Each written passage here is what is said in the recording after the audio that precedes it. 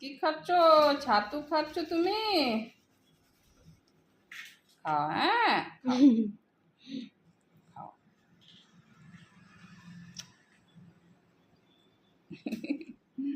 চুল খায় না, চুল ধরে নিয়েছে। চুলে ছাতু লাগিয়েছে লাগছে। হ্যাঁ, চুলে ছাতু লাগিয়েছে।